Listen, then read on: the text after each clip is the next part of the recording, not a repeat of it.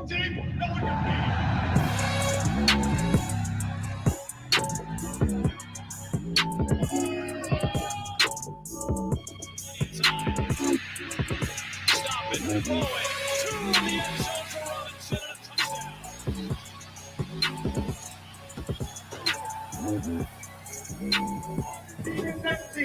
come to practice, we practice hard. We tell you we be optimistic, and we gonna make that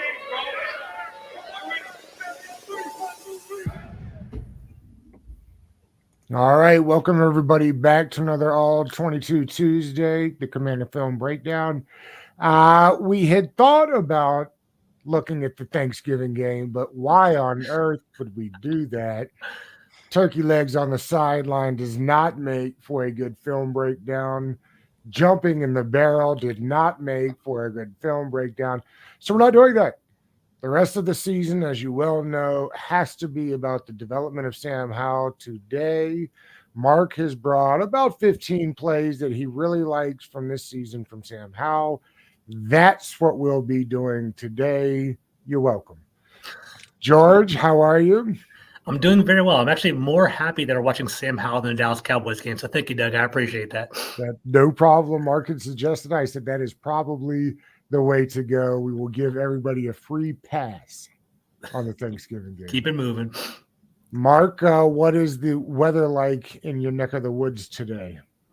Yeah, it's getting pretty cold over here. I'm in Sweden with my partner, so it's even colder than it would be over in the UK. So we're in negative temperatures right now. And is there snow everywhere yet? There was snow the other day. Oh wow! We've managed to avoid rain, so we haven't had snow, but it has been cold enough for snow. There's just not been any rain to turn into snow. So if it's going to be cold, I agree, say Doug. Give me the snow. 1,000%. All of it. All right, Mark. Sure we'll get it soon. Yes, I'm sure. We won't get it here at the beach, but we won't get cold either. All right, here we go. 15 plays. We're going to start at the beginning of the season. We're going to kind of work our way through the last game. Mark, what do you have up on tap first? Yeah, so the first one, I thought we would go back all the way to week one, and this is maybe Howell's best throw of the entire season for what he does within the play, and it's a concept we saw. In fact, I think we see a TD on it later where John Dotson runs they have a double post on the outside here, and Dotson gets a touchdown on it. But the whole point of this double post is really to clear out the defense and get mainly this deep over route here into clear space over here, and that's where they're targeting. It's Cole Turner on this occasion running that deep over route. But the real amazing part of this throw is what Howell does in the pocket. So we'll run it through, and we'll see that as he drops back to pass, you can see the Cardinals dropping back into coverage. Neither of these post routes are on. The safeties are playing deep. They're not driving up and attaching to the routes and opening up things behind them. Everyone's playing deep. So these two routes are basically dead, and their whole point is, as I said, just to clear out space, and you'll see that there is actually a bunch of space for Cole Turner to run into. So Howell's reading that, gets a little bit of pressure. We'll see the end zone angle in a minute, and that's the impressive part. But you can see now this defender is attaching to the outside post, the safety is attaching to the inside post, and there's going to be nice big space here for Cole Turner on his deep over route, and that's where Howell's going to go with the ball. He steps up in the pocket and delivers a really nice throw, and Turner makes a good catch. But the real impressive one is from this angle, and you'll see we've got a little bit of what's called a simulated pressure, where they're still rushing four, but they disguise which four they're rushing. So we've got three linemen here, and then instead of the edge rusher coming, he drops into coverage and a linebacker blitzes. So you can see Charles Leno has kind of made a quick set to try to get this edge rusher, but that guy drops into coverage. And so suddenly the line is overloaded on this side because Leno's not blocking anyone. Charles is engaged, and Nick Gates is engaged. So they've got this guy coming free. And actually, Sam Cosme does an amazing job. This is nowhere near his responsibility. He's working to this side of the line, but he somehow notices that this guy is coming, and he slides across and helps pick this up. And so Sam Howell does a great job. It's an incredible block. It's one of the best blocks Washington's had this season. Wow. And it does just enough to give Howell the ability to step up into this lane here and keep the play alive. So he does a nice job, sliding across, stepping up. And now he's got this guy coming in his face. He doesn't hesitate. He drops his arm angle and he delivers an absolutely perfect ball to Cole Turner. And that's using that catch radius that Cole Turner was drafted for. That's using it at its maximum. And two things, Mark. If he doesn't catch this, you could just see the defender waiting for that ball, right? I mean, it's like, catch this, maybe you tip it, or this is an interception too. I remember this, and I remember thinking, oh boy, here we go with Cole Turner. And it feels like he's been an afterthought this season. It's been a little frustrating. Yeah, it has been a little bit frustrating. I think Logan Thomas came back pretty strongly, and so they've gone with him as their receiving guy, and they really like the kind of blocking that they've got out of John Bates. And so when they've gone 2 tight ends, they've tended to go with Bates and Thomas, and Turner's not as good a blocker as either one, and he's not as good a receiver as Thomas. So you're going to go with Logan Thomas as your receiving guy. So Turner's kind of lost out there. I think if Thomas had got injured, like he kind of has suffered injuries the last few years, we probably would have seen a little bit more of Cole Turner. But they've been able to stay relatively healthy with Logan Thomas and haven't needed to go to Turner. So it's been a bit of a shame that he hasn't come on a little bit more, because like this is the kind of catch he's capable of making. Right. It's well extended away from his body. It's high, and it's a really well placed throw because that defender is trying to chase him, and there's a guy just behind him trying to catch up to it. But it's a good catch. But the main part was, we'll just wind it back just to appreciate, and I won't pause this. I'll just let it run through the ability of Cosme to get across and pick that up, and how sliding nicely in the pocket and delivering that throw with that slightly adjusted arm angle. So that is one of the best throws. I put the other end zone angle in there as well, just to show that he drops that arm angle and delivers that really nice throw. Amazing. So is Sam Cosme a piece that you feel comfortable with moving into next season? Yeah, I think so. I don't think he's played like so well that you couldn't possibly upgrade him, but I don't think he's anywhere near the worst piece on the offensive line. I think you would probably be looking at upgraded probably 3 other spots before you'd upgrade him. I don't. It's not something I'm particularly worried about Cosme. I think he can be a piece, but he hasn't necessarily made himself like a top 10 guard in the league. He's not Brandon Sheriff. Mm-hmm. Yeah, but he's pretty decent, and he's got room for growth. So I'd be surprised if he's not a piece on this line next year. Yeah, that was a tremendous play.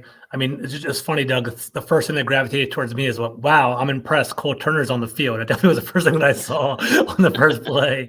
And then Cosme having that awareness. Like, we don't have to go back to it, but like if you look, he's punching out to the right. His head is actually facing towards the left line, and he crosses across the entire line to get that block. That's fantastic. And then Sam Howell, game 1 against the Cardinals, trash in his face, trash by his feet, throwing an absolute dime to Cole Turner. It was a beautiful play. Yep. Well, and real quick before we move on, Mark, lest we forget, George, we were there. That was not like a beautiful weather game. Yeah, I was at that game. It was sloppy and it was nasty. And, it was. And I know the quarterbacks will tell you that the wind's more damaging than the rain, but it was nasty that day. That thing was a seed for sure. For sure. So the second one that I've got here is, again, in that Cardinals game. We've got basically just a sail concept. And sail is you have a deep clearing route from this outside receiver. Sometimes it's a post. Sometimes it's more of a deep corner route. Sometimes it's just a vertical one. But the idea is, again, just to clear that deep defender. You've got another receiver working out to the flat, so that if you've got any kind of zone coverage, you've got the deep defender pulled away, and you've got the underneath defender, the flat defender, working down into the flat. And that should open up this big gap for this sail route, which Curtis Samuel is going to run on this occasion. And this one is just about Sam Howell does these throws really nicely. And you can see he just fits that one in there with real good velocity, real good timing. And this angle, I think, does it pretty nice justice. You can see there's the safety coming down, but he's able to drive that ball to beat the safety there, and he gets it perfectly placed, and Samuel makes that catch right in his numbers, and that allows him to turn up the field and pick up some extra yards after the catch. So, yep. And Mark, that's exactly what I saw too. Like the best way to describe that throw would be a drive. It's almost like a fastball pitch. Like he just wound up and just went through it and put some velocity on that ball, and you have to in order to hit that throw. yeah, you need to be able to drive that throw because that safety is driving down on the route, and we'll come back to. I'll bring it back 1 second. Well, and again, I'll say, give me quarterbacks that played baseball. Yeah, of course, right? Yeah, I mean, there's always seems to be a correlation between the two. yeah, and being able to drop arm angles, throw on the run, that kind of stuff you get from baseball, and being able to adjust keep your velocity while doing all those things. So yeah, you've got this sail concept, you've got this receiver going deep, you've got the other receiver in the flat. So basically, Samuel just needs to beat his corner, and his defender is kind of open his hips inside. So once Samuel makes his cut, he's going to be open. It's just a case of this safety does a nice job driving down on the route. But Howell beats that safety with the throw, and it's a perfectly placed throw, and Samuel was able to get up the sideline. So there's a couple of little sail routes like that. Howell does that kind of throw particularly well, and we saw it a couple of times throughout the season, and you'll see a few more throughout this cut up. George, changes are coming, but they've got to pay Samuel, I think. I was going to say, it's kind of funny how every quarterback kind of has a wide receiver that they kind of gravitate towards. And Samuel he has a connection with Sam Howell for one reason or another, right? He definitely gets the ball and he does pretty well. I'm curious if they are going to pay him and how much he would actually cost. If I remember, his price tag wasn't really prohibitive. I think it was like 3 years, $30 million, something along the lines of that. So about $10 million per year. So I can imagine it being less than that. And maybe they keep him back. But on the same note, we talked about it all the time, Doug and Mark. Wide receivers they're a dime a dozen nowadays. They're coming out refined every year. So maybe you can get another wide receiver that's maybe a bigger wide receiver, someone that's more diverse set than Jahan Dotson or Terry McLaurin. So I saw the other day that if you take the aggregate for the age, like the NFL is now younger than college football. What do you mean? If you take the average ages of the guys that are playing, wow. Because you can get to particularly with the COVID year and like a 5th year eligibility, you'll get like 26-year-olds, 25-year-olds playing. The majority, everybody wants, but the good players can also head to the NFL at 19 or 20 now. That's true. 2 years out. Depending on how quickly they get to college. It's just that number is getting lower in the NFL and higher in college. And it's really quite odd. I read an article on it the other day. That Penn State lineman is 19 years old? Yes. Yeah, it's ridiculous. A left tackle. It's crazy. All right. Yeah. So next one, we've got a touchdown against the Broncos here, and you've got kind of a little mini bunch here with the running back working out to the flat. You've got Jahan Dotson running this little whip route or this pivot route, where he's breaking inside and then pivoting back outside, and then you got Logan Thomas running what's known as the basic cross behind it. And then on this side of the field, you've got McLaurin running one of those whip routes, and you've got Curtis Samuel running a slightly deeper basic cross.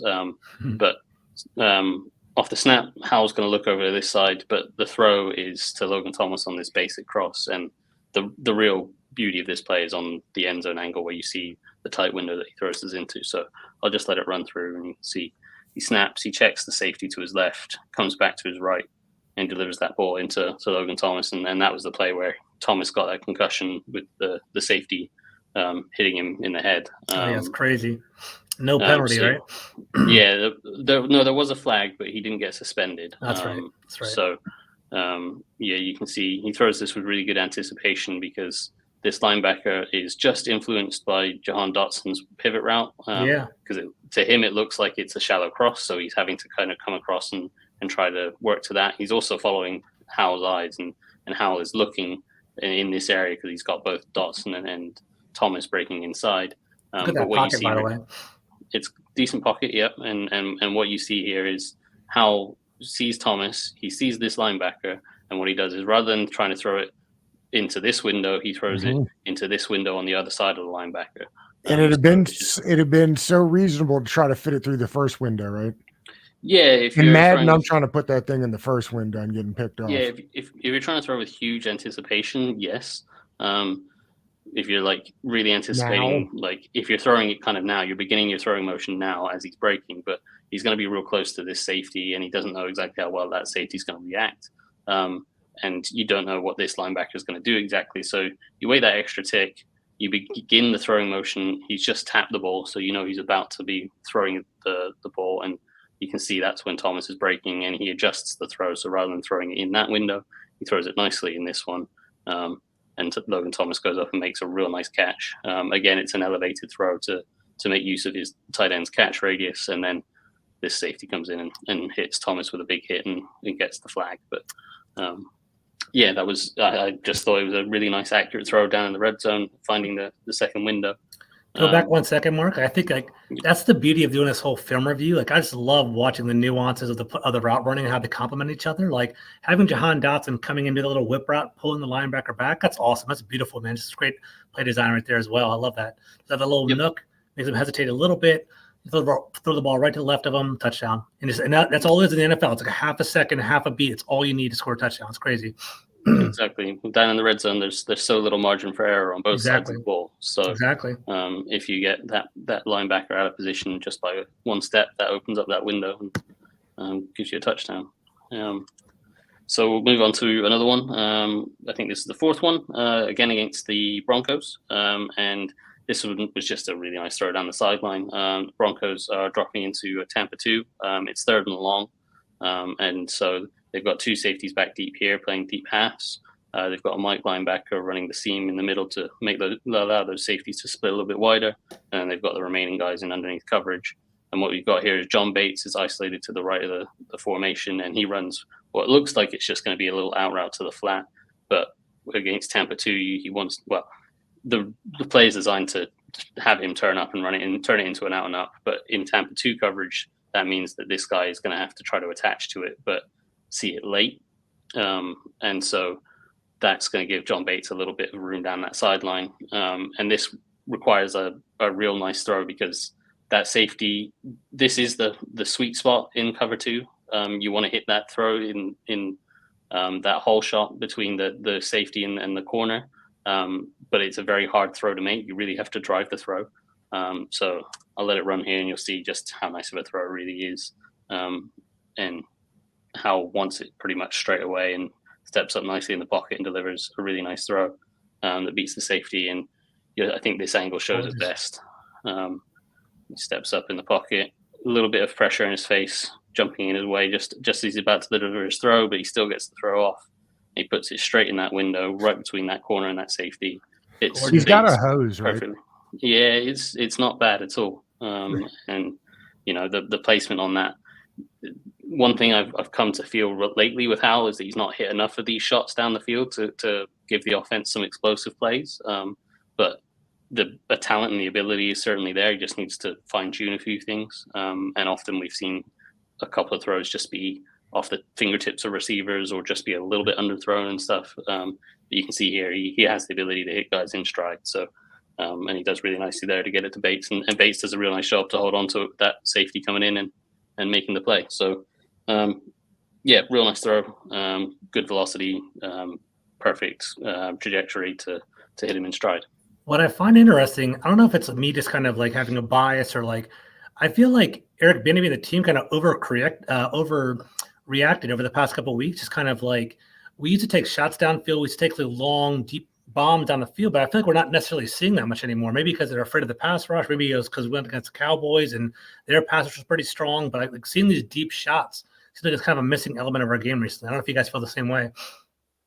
Yeah, I think it's something it's not that they haven't called them. They just haven't emerged properly for them. And there's been times where the throw from Howell just hasn't quite been right. It's been something the last maybe 4 or 5 weeks where he's just missed on a few of them. And there's a couple I can think of to De'Ami Brown where there's that one where Brown was wide open down the seam and he just missed him.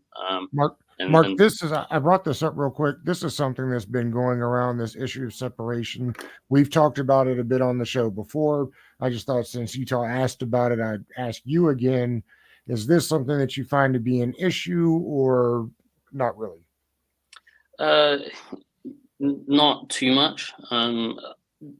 When I've had this question about the separation, I've seen the statistics and like they kind of look a bit damning on the wide receivers, but I don't know exactly how those stats are counted and what they count as separation and when the separation occurs and stuff like that.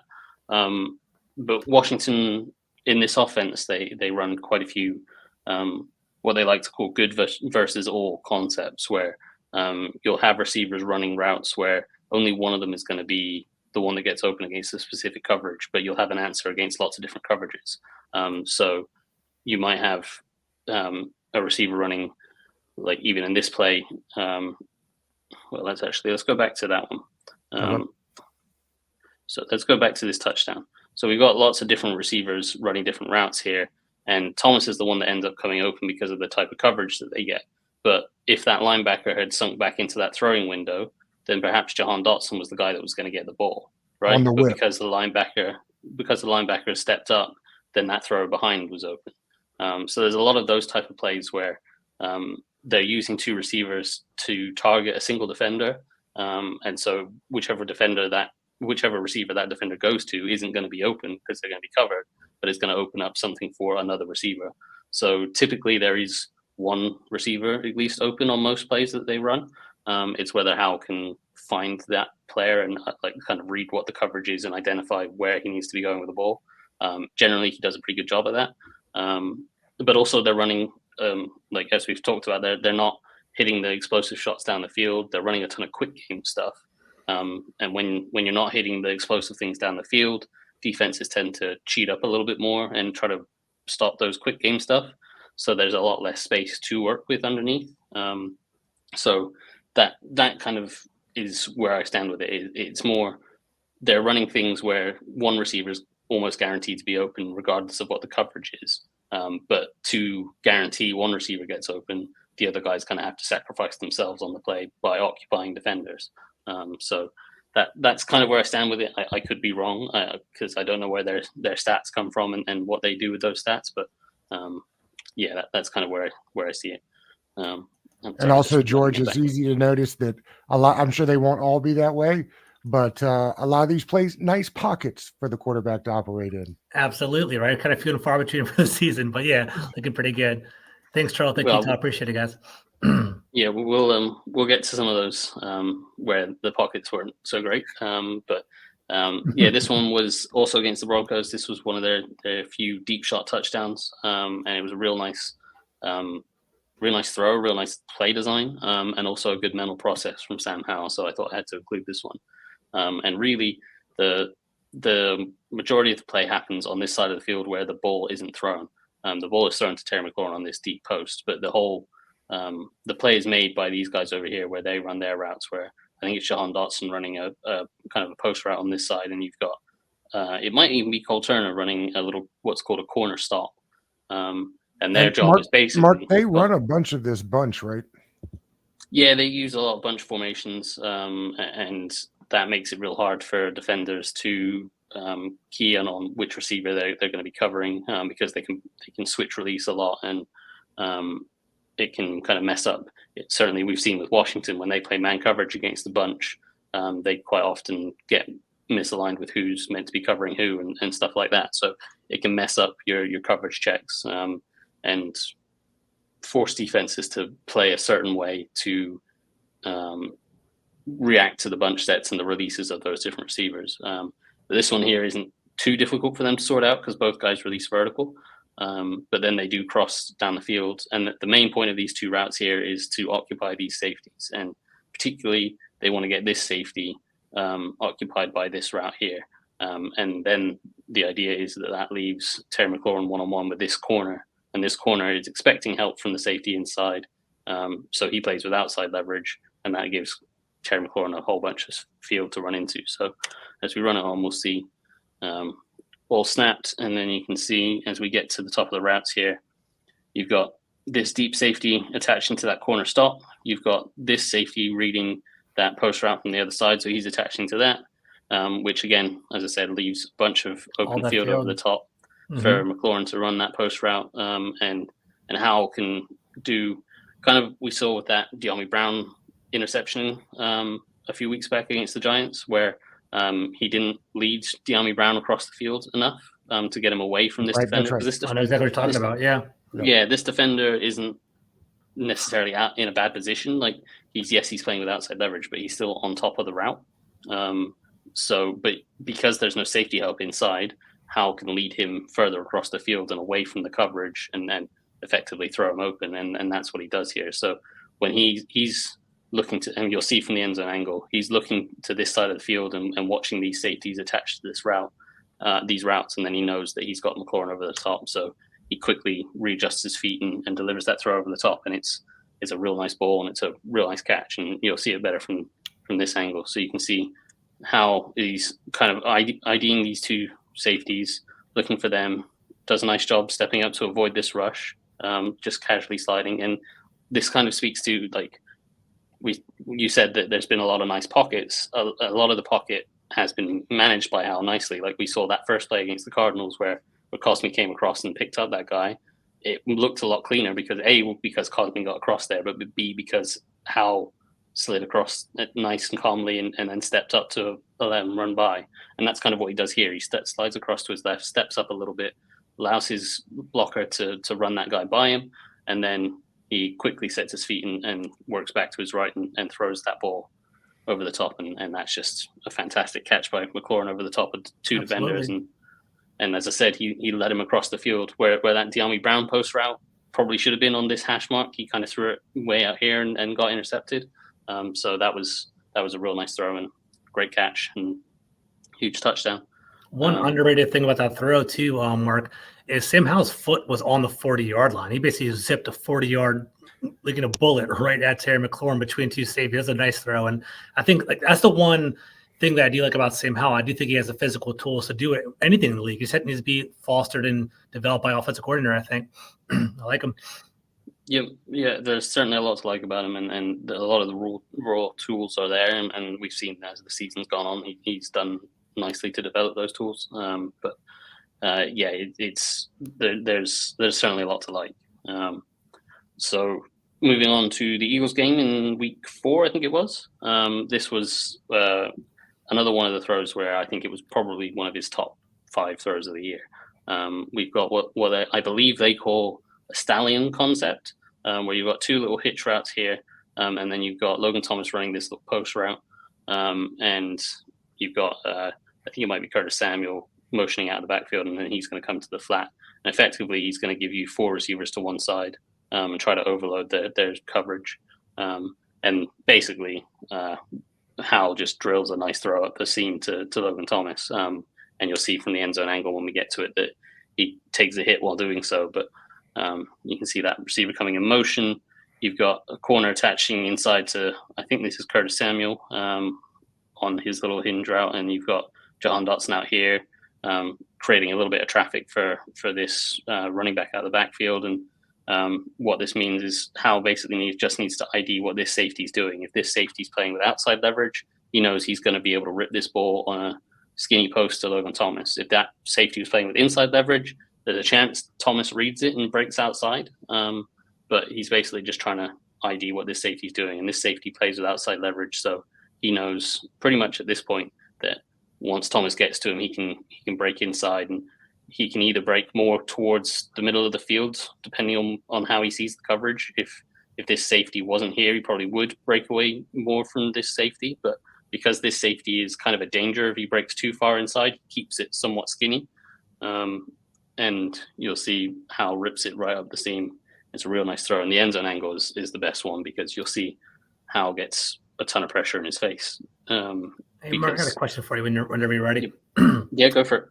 Yeah, so one thing I always find interesting, right, are these option routes that these tight ends and wide receivers run. So in the NFL, it's just so creative, and it's awesome, right?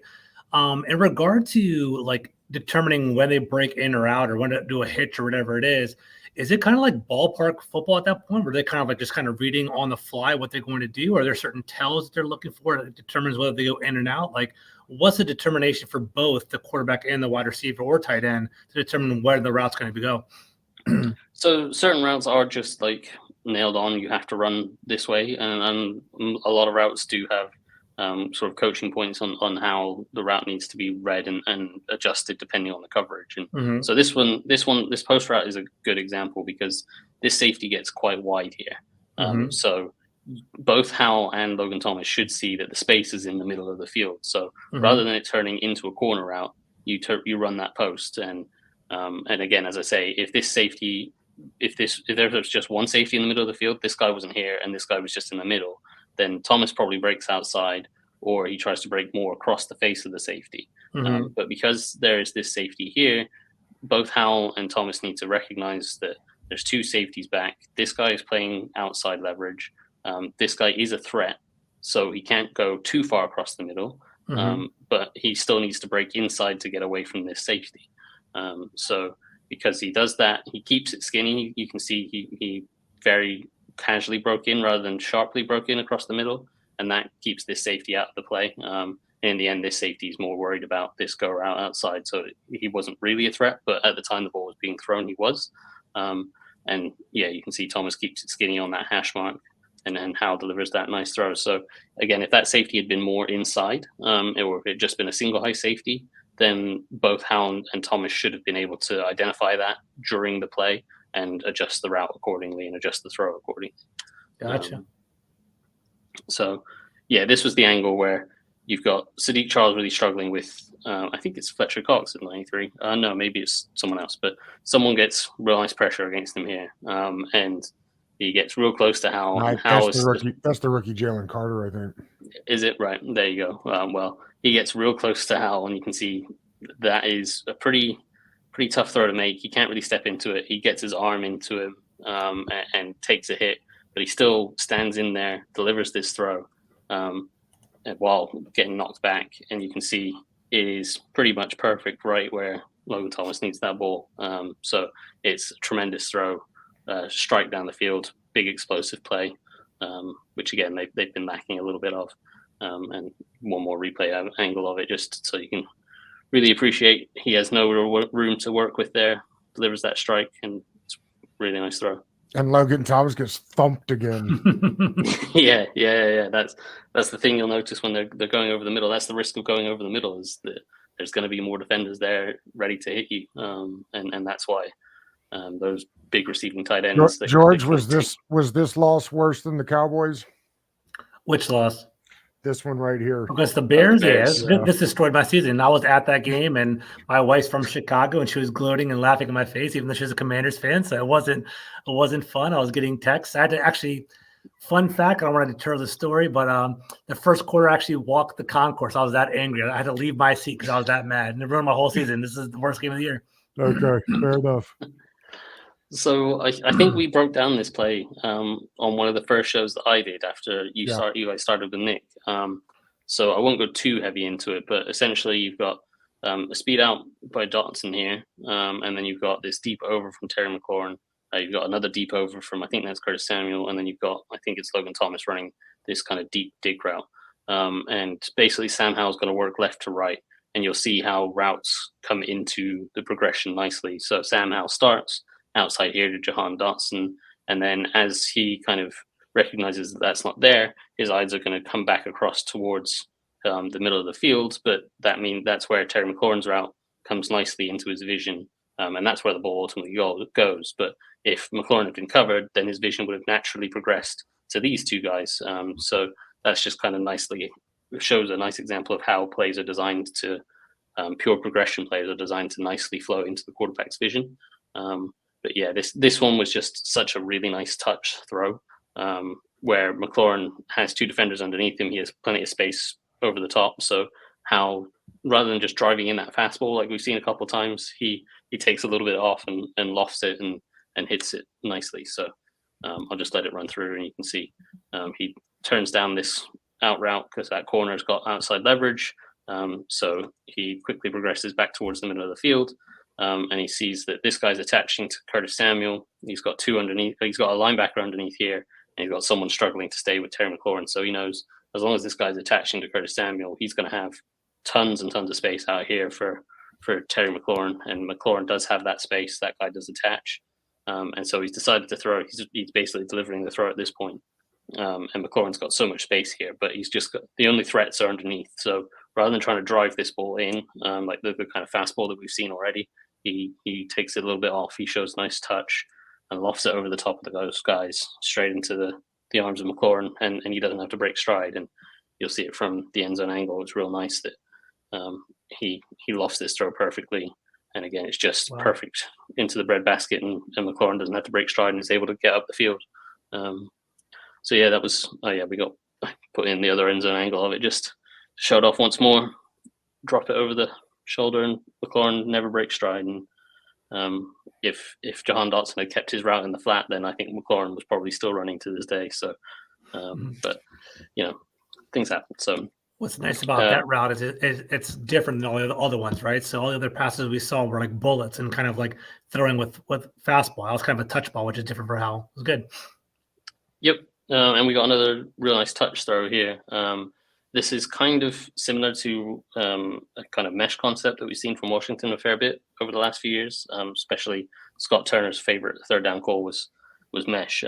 It's not quite mesh, but it for all intents and purposes on this side of the field it is. You have a basic cross from the tight end.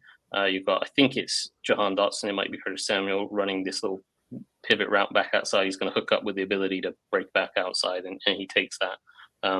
And the idea here is that you're going to drag all these coverage defenders inside, and you're going to create traffic for this linebacker in man coverage with the running back, and he's going to have to try to work around that coverage and try to stay with Antonio Gibson on the wheel route.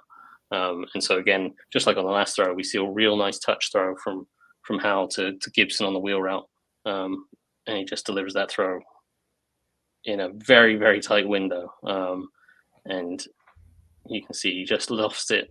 Wow. And it doesn't look like it's open at all, really, but he puts it over that shoulder, and maybe ideally you'd like it over the outside shoulder to stop that defender having any chance, but because he knew it was man coverage and that defender had lost a yard, he knew that defender wasn't going to be looking for the ball. So he knew he was relatively safe to make that throw, because if we just go back, he knows that this defender, as soon as he sees this defender trying to run with Gibson, he knows it's man coverage, and he knows he's got to try to avoid all the traffic here, while Gibson's just going to be gaining ground. And so it's going to be real hard for this guy to avoid that traffic, go underneath it, and then turn up the field and make up the ground. So, and actually he doesn't do too bad of a job, but yeah, I was going to say. Howell decides pretty early he's making that throw, and it's a pretty nice ball. And again, it shows off the touch, the accuracy, and again the kind of understanding of that defender isn't necessarily going to be looking back for the ball. He's in man coverage, so he's not facing him. He doesn't know where the throw's coming from. And then Gibson does a nice job of not tipping exactly where the throw is by putting his hands out really early. He's kind of leaves it as late as he can before making that a catch. So had the end zone angle as well. And we've talked about that a couple times this season so far too, about late hands and the advantage it provides the receiver. Also a reminder of what it is we get so excited about Antonio Gibson for, Yeah, I mean that's the thing. Gibson's always had that potential. He's never quite lived up to it, and which is a shame, really. And I think there's going to be a question about whether Gibson's the guy they try to retain this year or move on from. But that's an off-season topic rather than necessarily right this moment. But so we'll move on to the next one, and we've got another touchdown pass. This one again to Logan Thomas. And you've got Jahan Dotson inside here running a quick slant, which is mainly designed to try to occupy defenders inside. And that leaves Logan Thomas one-on-one with this corner. I think it might be a safety, actually. And Howell makes a nice throw. And it's just about the accuracy and ball placement down in the red zone that we've seen already a few times. It's a nice route from Logan Thomas to cut across the face. But when you see the end zone angle, just the throwing window that he actually throws this into, it's real tight. That defender's arms outstretched, and he just puts enough height on it, enough velocity on it to get it in there before that defender can make up that ground. And Logan Thomas comes up with that catch. So, you got to value those tight window throws in the red zone that turn into touchdowns. So, another nice clean ball. As we're going kind of through this Sam Howell episode, Mark, I'm curious. We see him whipping it all over the field. We also know what his downfalls are. What does he need to do in the last 5 or 6 games? I know we've talked about this a little bit. Like, is there anything he can do or not do to convince you to run it back with him next year? Well, kind of like we talked about a little bit more with the explosive plays. You'd like to see him hit on some of these deeper shots down the field because at the moment the offense is living off of him being extremely efficient, Right. and he's become more efficient as the season's gone on, which is great and a good sign for the future. But it's very very hard to live on 5 yard slant, 10 yard hitch, 18-yard comeback, and dink and dunk your way down the field every single drive because you get one penalty, and they've done a pretty good job of staying penalty free for the most part. But you get one penalty, suddenly you're backed up, and it's 2nd and 20 or 3rd and 15. And that becomes really really hard to overcome. And Howell's done a nice job overcoming some of those situations by going off script, extending plays, and that kind of thing. But you see when Howell's, as you watch throughout the game, Howell's sort of yards to completions numbers are very similar. He doesn't ever have that game where he has like 300 yards on 20 completions. It's like 300 yards on about 30 completions. Right. It's about 10 yards per completion. So you'd like to see him hit a couple more of those explosive plays just to give the offense a little bit more breathing room, a little bit more wiggle room, and so they're not having to be perfect every single play. And those explosive plays, as we've seen on defense, if you hit 2 or 3 of those in a game, that can be 2 or 3 touchdowns, and that can be game changing. So if they say you're looking for 4 yards a carry, if that's like a good measuring stick, what is the equivalent to the passing yards? So it depends on whether you go by attempts or completions. If you go by completions, 10 yards per completion is generally pretty good, pretty solid, and what Howell's stayed at. But per attempt, you're well, I say 10 yards is pretty good, pretty decent. I think Howell is per attempt sort of in the 6 to 7 yards per attempt range, and I think the best quarterbacks are kind of in the 8 yards per attempt range. Okay. But that is looking at like the best of the bunch. That's not like rookie in his first year, well, apart from CJ Stroud, who has been exceptional, but your general kind of, I guess, 5th round pick playing his first full season of football, you're probably more expecting in that kind of 6 to 7 range, which is where he's sitting. But you just like to see them hit on those explosive plays just to give them a little bit more breathing room to not have to be so perfect all the time, and give the offense a little bit more leeway that way. We haven't talked about this a ton, Mark. I'm curious just since it popped up. They really haven't run a ton of RPO. I thought maybe they would. Maybe I've got it wrong. I thought maybe they ran more of that in Kansas City. Have they ran it a fair amount and I just haven't paid attention to it? Or is this something that you've noticed also? No, they haven't run it as much as I was expecting them to. I would say against the Cowboys, they actually used a lot more RPOs than they have done most of the year. I think they had 4 or 5 in that first half where, and there was a good decent split of those that actually turned into passes, and I think it was about 50-50 that went run and pass. So, and they were relatively successful. And in fact, they hit a couple of speed outs off of those RPOs to Jahan Dotson, and then the pick 6 came on a speed out to Jahan Dotson. It wasn't an RPO, but it kind of showed that was in their playbook. And we kind of gave them that look earlier in the game and led to that interception. But yeah, no, I thought they would use more RPOs. I think everyone did. But I think it was just trying to mix that into all the other stuff you're trying to do. When you're trying to teach a young quarterback to run a proper offense, RPOs are definitely a part of proper offenses, but when you want him to learn more than just read a single defender and either hand the ball off or throw it, you want him to learn to identify coverages and read, safety rotations and know that if I've got a single high safety, I need to go to this side, or if I've got 2 high, I need to go this side and work through progressions. If you're trying to teach a quarterback that, you don't want to flood him with just 10, 15 RPOs a game because that simplifies things. And yes, you do want to simplify things from time to time, but you also want him to be learning and progressing. And if you're just running a bunch of RPOs, he's never going to improve on the other stuff. So, and George, the more we've done this, the more I think we've come to realize this has been a training session Exactly all right. season long, right? I mean, class is in session for the second year quarterback, and they're not like Exactly right. upper level studies, right? They have not. This is not first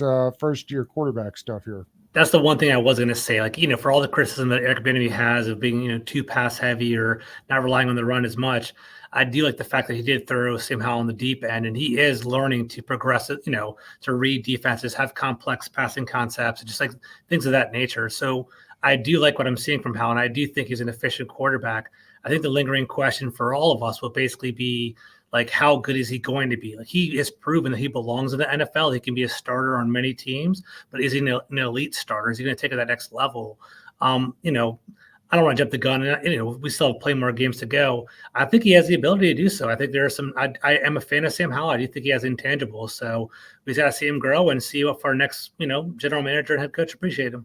I was going to ask you this later in the episode, but since Trell did it now, Mark, I'm curious your thoughts on this question, and I think the question also could be asked of Bieniemy as we've seen the season go on.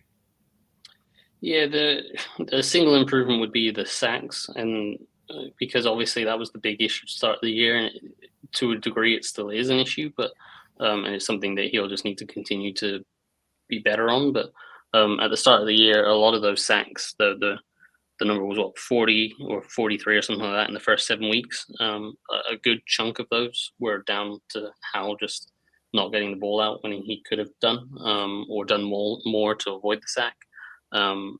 So he, since that week 7 game, he clearly has made an effort to be more efficient with the ball, and get the ball out a lot quicker, and move through his progressions a lot quicker. And you can see the mental process is speeding up for him, and he's being much more efficient. And that's why in the weeks after that Giants game, we saw those sack numbers cut down, and it's not perfect yet. Like, they had 4 sacks against Dallas, and I think they had 3 or 4 against the Seahawks, but it's not the 5 or 6 that they were having earlier in the year, and against some other teams that Patriots and what was the other game between there? I can't remember, but they cut it down to like 1 or 2 in a few games. So he has been a lot more efficient with the ball, and that would be the biggest improvement, because those sacks can be not necessarily a fatal flaw, but it's something that will stop him from. I think I agree with George. He's kind of proven that he can play in this league, but if you're taking that many sacks that are killing your drives, that it's going to make it really hard for you to be a top 10 quarterback. Certainly, it's going to be hard for you to be a consistent starting quarterback. So if you're able to be much more efficient and cut down on those sacks, then suddenly you're looking at a guy that potentially could be a starting quarterback for at least a mid-level team, if not become something better than that. So, I got a question that's too, Mark. me. Yep, go ahead. So follow-up question. So the sacks are going away. Something that's not going away is the interceptions. And I'm just kind of curious how you feel about that. I don't know if interceptions are necessarily sticky. I don't know if he's turnover prone. Is it the high volume that Eric Bieniemy is putting on him? What is your level of concern for him throwing these interceptions? Because I believe he has 13, which is leading the league. And over the past 2 weeks, he had 2 pick sixes going the other direction. So I know he's a rookie. And, I definitely take that with a grain of salt as well. But I'm just kind of curious what your thoughts are. Yeah, I think you have to kind of take each one on its merit, Okay. and kind of evaluate, like, if there is a trend, like if he's consistently misreading coverages and throwing straight to defenders, which he's not. Okay. And if you notice that a couple of interceptions are similar, then there is an issue that needs to be addressed. But I think a lot of the interceptions have been kind of their own isolated incidents, and we've seen a few where they've just been kind of just stupid errors, really, like when he's trying to throw the ball away and Like getting pressing intercepted. a little bit. Mm-hmm. Yeah, those kind of things that you would think with experience they cut down. And sometimes defenses just make a good play, and stuff like that. So, and kind of like as we talked about with the Giants interception of De'Ami Brown, when there was that deep post route, that's just a thing where you've got to be more in sync with your receiver and understand that he is breaking more towards the middle, and then maybe Howell saw things a little bit differently with with the safety potentially coming back into the picture and wanting to keep him high away from the safety.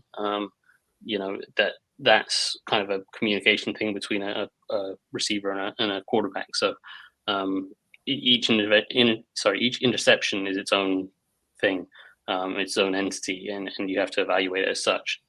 It doesn't concern me too much because I haven't seen a trend that's like every time he throws over the middle, he's risking it. It's or every time he's throwing outside the numbers, he's risking it. It's very much a mixed bag of things that he's been intercepted on, and there's no obvious trend emerging. So I'm not too concerned.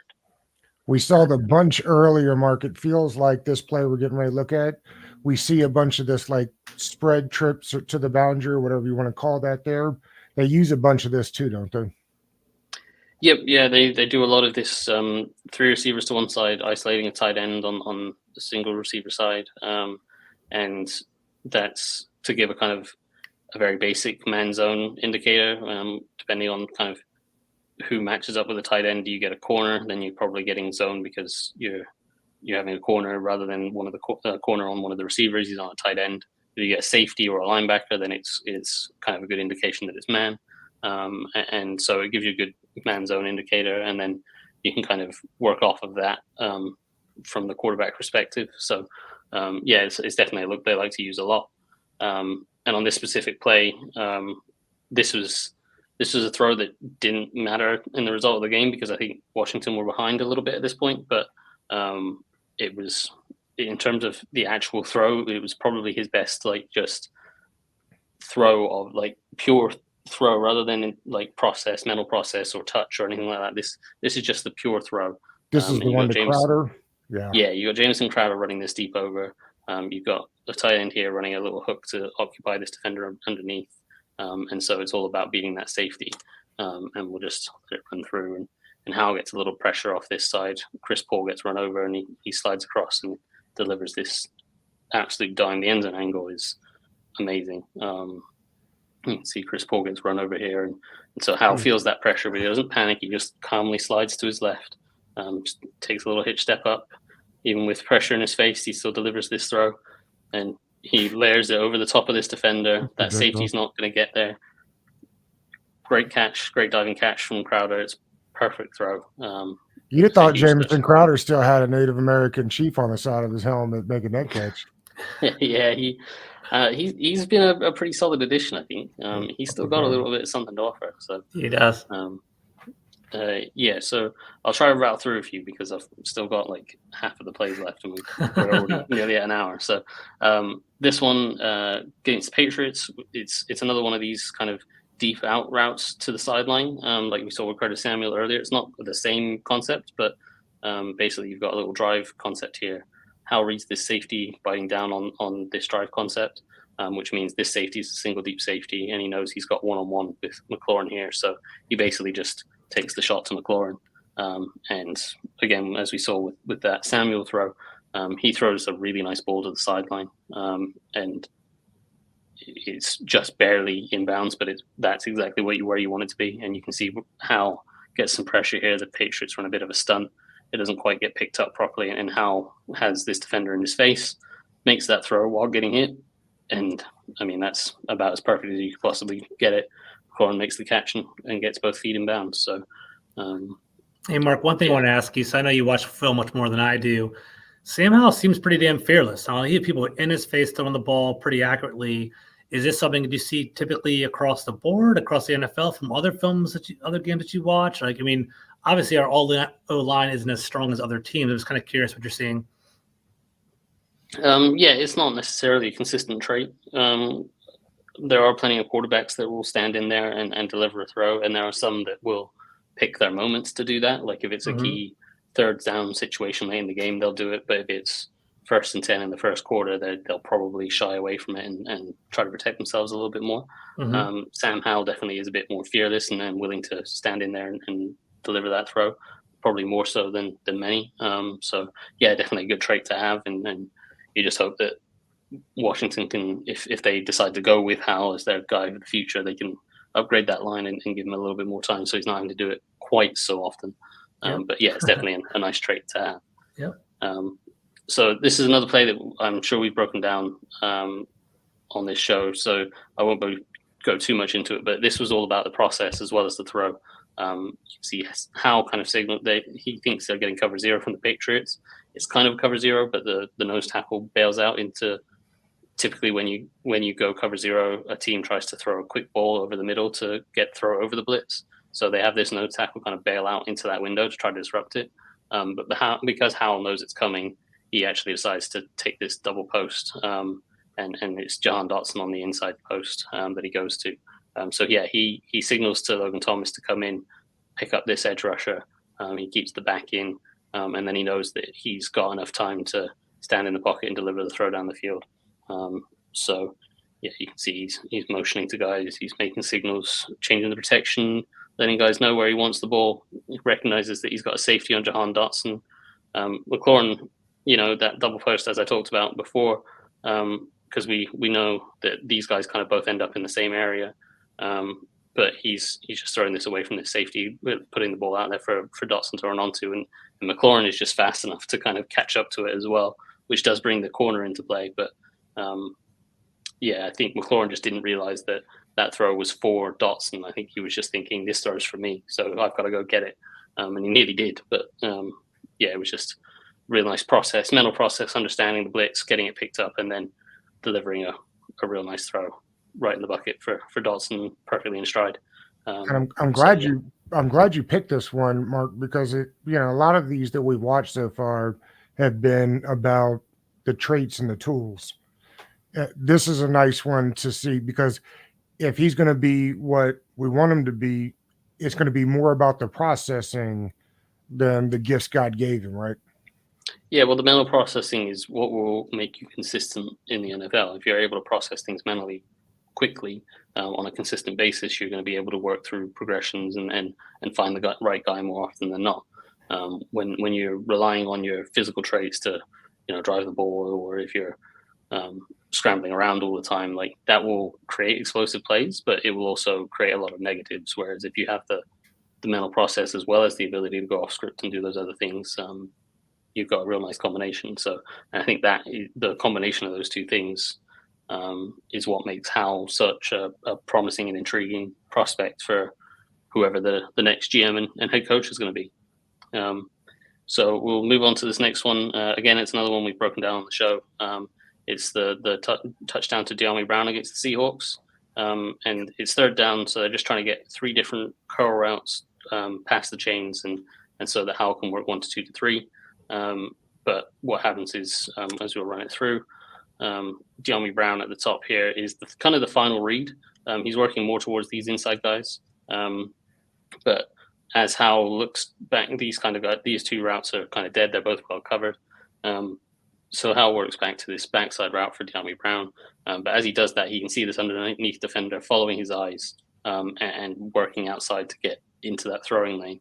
And so what both Howell and Brown do is kind of wait for each other to get in sync and understand. And De'Ami Brown does a really nice job here, actually, of understanding, okay, this guy's in my throwing window. Rather than just sitting this route down, I need to continue across the middle into the secondary window. And Howell, you can see, is kind of waiting for him and kind of urging him to do that. And you got a nice job by Jahan Dotson here, kind of widening. Rather than sitting over the middle of the field, he widens to this hash mark to help open that window. And you can see Brown started to stutter to break down his route, understood that Howell needs him more in this kind of window, and that's where Howell delivers that throw. And then, he's off to the races after making a nice catch. And again, the end zone angle really makes this one really good. You can see he's working to the right here, and he sees he's got a safety over the top, and this corner is pretty close to McLaurin. So he's coming back across the middle to Dotson, but there's two linebackers kind of doing a really nice job playing that deep hook. So it's not there. Dotson, rather than sitting up in the middle, just widens a little bit more to open this linebacker, kind of passes him off to the other, and knows that you can see Sam Howell starting to work outside here. So he opens up out there, and that opens up this window for Howell to rip it right between them, straight to De'Ami Brown. Nice catch. My favorite throw of the year. I love this play. Well, and they had Very, very nice. They had only rushed 3. So, I mean, they had dropped a lot into coverage. So then to kind of navigate all that really was quite impressive. Yep, yeah, it was a real nice throw and definitely one of his top throws of the year. And then we come to this Cowboys game where there was I think there's two more throws, so there was a couple of really nice throws in this one, and this one was probably the best one of them. But this is 3rd and 10, might be 3rd and 11 actually, and we've got that 3-by-1 look, but this time it's Curtis Samuel isolated here, and that's not something we've seen too often from them. Normally it's either Terry McLaurin or a tight end. Very occasionally it's been Jahan Dotson, but very rarely it's been Curtis Samuel. So that's a little interesting tweak that they decided in this game. But Samuel's running a route. We've seen kind of similar routes quite a lot from Washington, usually by tight ends, where he's kind of trying to sell that he's working a deep over route and then breaks back outside. And so as we see this play progress, we see this safety kind of bails out of the way, which Howell knows he's just got this corner to worry about. And as this corner kind of breaks inside, there's tons of space out here. So he knows that as long as Samuel makes that cut sharply enough, he's going to be able to throw that ball out there and let Samuel go get it. So he does that. Then Samuel makes a real nice catch. It's perfectly in stride. And again, he's able to get up that sideline as we talked about a few times where that throw down the sideline, he's then able to get up the sideline and pick up some extra yards after the catch. But the other part of this is the pressure. Cowboys rush 6. They show 6. They rush 6. And they get some pressure. They don't quite handle the stunt inside here. Nice. Gibson does well to pick this up, but they get some pressure collapsed from this stunt. Chris Paul loses his block inside here. And that guy is going to be right in Howell's face. So he can't really step into the throw. He's kind of leaning back a little bit to give himself just a little bit of room to make the throw. And with that guy hitting him as he makes the throw, he's not able to even follow through, but he's still able to drive that throw perfectly to Curtis Samuel out here. And again, allow him to turn up the field and pick up some extra yards. So that was a real nice throw. 3rd and 11, 30-yard completion is always nice. That route nice. Creates so much space. Yeah, it's very, very tough to cover when you can convince a defense you're running across the field and then suddenly you're breaking back outside. It's very, very hard to cover. And it's something that takes a little while to develop. So you've got to stand in that pocket and wait for it. So that's the downside of it. But if you can stand in there and make the throw, then it's very hard to cover. And then I think this might be the last one that I had in here. This was a deep out to Terry McLaurin late in the game. The game was gone by this point, I believe, but it was still a really nice throw. It might not necessarily have been gone. It might have been something like 23-10, so they were still in the game, but realistically, it was pretty much done. But basically, you got Terry McLaurin releasing inside. He's going to get out the field, and then he's going to run a deep out, so he's going to break out sharply. And Sam Howell throws this with real nice anticipation because he's got a defender. It's Michael Parsons, I think it was, coming in right up the middle. And how, McLaurin's not even at the top of his route, let alone making his break. But he's got to trust that McLaurin is going to make that break at the right time because he doesn't have time to wait for it. So as soon as Parsons is there, he's going, right, I've got to get this ball out. I've got to throw with anticipation and trust that McLaurin's going to make the play. And he does just that. And it's, again, perfectly placed. It is Michael Parsons. He gets shoved inside from the chip and he loops around and Tyler Larson struggles to pick him up. And so he's got Michael Parsons right in his face. Again, he's not fully able to step in and drive that throw over his front foot. He's got to kind of lean back a little bit. But he's able to follow through a little bit more because he anticipated it a little bit better. Perfectly in stride for McLaurin again. And again, McLaurin's able to turn up the field and pick up some extra yards. I believe that was the last one I had on here. Do we have any more after that? Nope, that's it. So, that was kind of 15 of my favorite throws from Howell this year. I think there was a nice variety of where we saw, some nice shots down the field, some good touch throws, some good mental processes from him. So I think the takeaway for me is that he's a guy that showed that he has a lot to offer. There's a lot of tools in the tool bag. A new head coach and GM with a potentially top 5 pick it's going to be hard for them to not think about drafting a quarterback. But I think Sam Howell has proved that he is talented enough for them to consider maybe we can roll with Howell, and that can be a quicker mode to rebuilding than tearing everything down and restarting again with a new quarterback. If you have Howell in place and you have that top 5 pick, then suddenly you can take your left tackle and or receiver or new pass rusher or whatever it is. You can take that, or you can trade down and add some more players, and you've got those 2 second-round picks that are going to be high picks. So suddenly you're retooling a lot more, a lot quickly. So yeah, that's going to be what's going to be interesting to see with Howell for the rest of the season, whether he can convince whoever the new GM and head coach are, whether he can convince them that he's the guy. And if he can, then that's going to be, a much quicker process to retool. And of course, George, we could have found 15 plays that looked terrible. That wasn't the point of the exercise. I think it's more important to look at the traits that he can build off, and that at least proving that he deserves an opportunity to get at least one more draft class, right? Wouldn't it be nice to see him with a couple extra free agent pieces put around him, maybe a little bit better line, see if we can add, one of these 6'2", 6'3" receivers. We've got all small guys. That's okay. Dolphins do that. 49ers do that. It's a thing. That's okay. But it'd be nice to have, wouldn't it be nice to see him with just a little bit extra one more year if he could hold on to this job? Absolutely. I think we did a good job pivoting away from the Cowboys game this week and kind of looking at Sam Howell, kind of pausing, kind of seeing where he's at. And this is a great time, right? We all agree he's looking pretty good. He's looking pretty solid. We have 5 more weeks to kind of analyze, kind of figure out what we're going to do with him. And then during the offseason, we're going to look at him as well. It's not going to be a closed conversation in a couple of weeks. So it's a good kind of breaking point to kind of see where he's at. We see some good things, we see some bad things, and something to grow from. So we're looking pretty good. Will we have to do another one of these shows next Tuesday after the Dolphins game? I hope not. Well, either which way, we'll be doing it here next Tuesday. So thank you to everybody that watched now and everybody that will watch. Again, you can always ask us to break down a play. Just let us know what it is. George, Mark, thank you as always, and we'll see you next week. Peace, guys.